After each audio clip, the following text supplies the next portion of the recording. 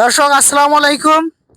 আমরা আজকে আমার এক ভাইকে পাইছি। আমরা একটু ভাইয়ের সাথে কথোপকথন করব যে দেশের না বিশ্বের যে বৈশ্বিক প্রেক্ষাপট সম্পর্কে আমরা একটু দুজনে কথা বলবো। ভাই আসসালামু আলাইকুম। ওয়ালাইকুম আসসালাম। কেমন আছেন ভাই? আলহামদুলিল্লাহ ভালো আছি। ভাই আমি আপনাকে একটু প্রশ্ন করতে চাই যে এই যে মনে করেন যে বৈশ্বিক একটা অস্থিরতা কেটে গেল, মানে আছে, একটু হলেও আছে। তা আমি বলতে চাই যে এই যে মানে তৃতীয় বিশ্বযুদ্ধ লাগে লাগে ভাব, তাই না? হ্যাঁ, অনেকটা। এখন এই যে যুদ্ধবিরতিটা হলে এই যুদ্ধবিরতিতে কে বিজয়ী আপনার মনে হয়? আমার মতে যুদ্ধবিরতিতে ইসরায়েল বিজয়ী। কারণ এটা হচ্ছে তাদের সুপরিকল্পিত একটা চিন্তাধারা। কারণ হচ্ছে ওদের যে প্রতিরক্ষার যে প্রধান অস্ত্র যে আয়রন ডোম, এই আয়রন ডোমের যে কার্টিজ যেটাকে বলে সেটা কিন্তু তাদের একবারে ফুরিয়ে এসেছিল। আচ্ছা আচ্ছা ঠিক আছে? ওরা হচ্ছে সেটাকে আবার রিফিল করার একটা সুযোগ পেয়েছে। আচ্ছা আচ্ছা। এখন দেখা যাবে যে এই যুদ্ধবিরতির ফলে তারা হচ্ছে তাদের যে মেরামত কার্যক্রম সেটা তারা চালিয়ে যেতে পারবে। এবং এতে করে কিন্তু ইরান ক্ষতিগ্রস্ত হলো। যুদ্ধটা যদি চালিয়ে যেত ইরান, তাহলে দেখা যেত যে ইসরায়েল মানচিত্র থেকে হারিয়ে যেত। এটা আমার পার্সোনাল মতামত। এটা আমি বিশ্বাস করি।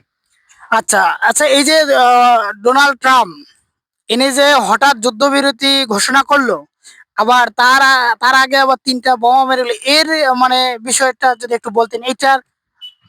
আচ্ছা, এই বিষয়টা হচ্ছে আপনার ইসরায়েল এবং হচ্ছে আমেরিকা, এদের মধ্যে একটা বন্ধুত্বপূর্ণ একটা কিন্তু সম্পর্ক কিন্তু আছে।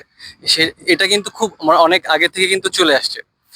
আমেরিকা হচ্ছে আপনার খ্রিস্টান ধর্মাবলম্বী এবং ইসরায়েল এটা কিন্তু ইহুদি ধর্মাবলম্বী। এদের যে বন্ধুত্বটা এটা কিন্তু অনেক আগের থেকে চলে আসছে। এবং হচ্ছে ইসরায়েলের বিপদে আমরা দেখেছি যে মার্কিন যুক্তরাষ্ট্র কিন্তু সবসময় এগিয়ে এসেছে। আরেকটা কোশ্চেন আমার, সেটা হলো ভাই, যে বর্তমান যে প্রেক্ষাপট, এই বর্তমান প্রেক্ষাপটে যে যুদ্ধবিরতি ঘোষণা করছে, তারপরে কিন্তু আবার যুক্তরাষ্ট্র মাঝে মধ্যে তাদের ইরানে মাঝে মধ্যে বোমা ফেলাচ্ছে, মানে হুমকি ধমকি করতেছে। এখন ভবিষ্যৎটা এই দুইটা দেশের ভবিষ্যৎটা কি একটু। ভবিষ্যৎটা আমি বলবো যে এতে হচ্ছে ইরান, তারা কিন্তু পরাজিত হবে। এই কারণ হচ্ছে ওরা দুইটা দেশ, আপনার আমেরিকা এবং ইসরায়েল, দুইটা দেশ কিন্তু একটি দেশের উপর হামলা চালাচ্ছে। এবং আমরা দেখেছি যে ইরানকে কোনো দেশ অনেকে মুখে বলেছে, যেমন রাশিয়া, চীন বা আপনার পাকিস্তান, এরা কিন্তু মুখে সহযোগিতার কথা বললেও কিন্তু এই পর্যন্ত কিন্তু তারা কোনো সহযোগিতা করেনি। যেটা হচ্ছে অনেকটা হচ্ছে হতাশাজনক যদি এইভাবে চলতে থাকে।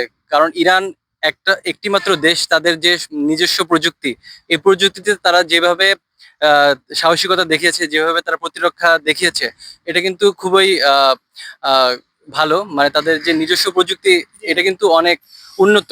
আমরা দেখেছি সেটা যুদ্ধে।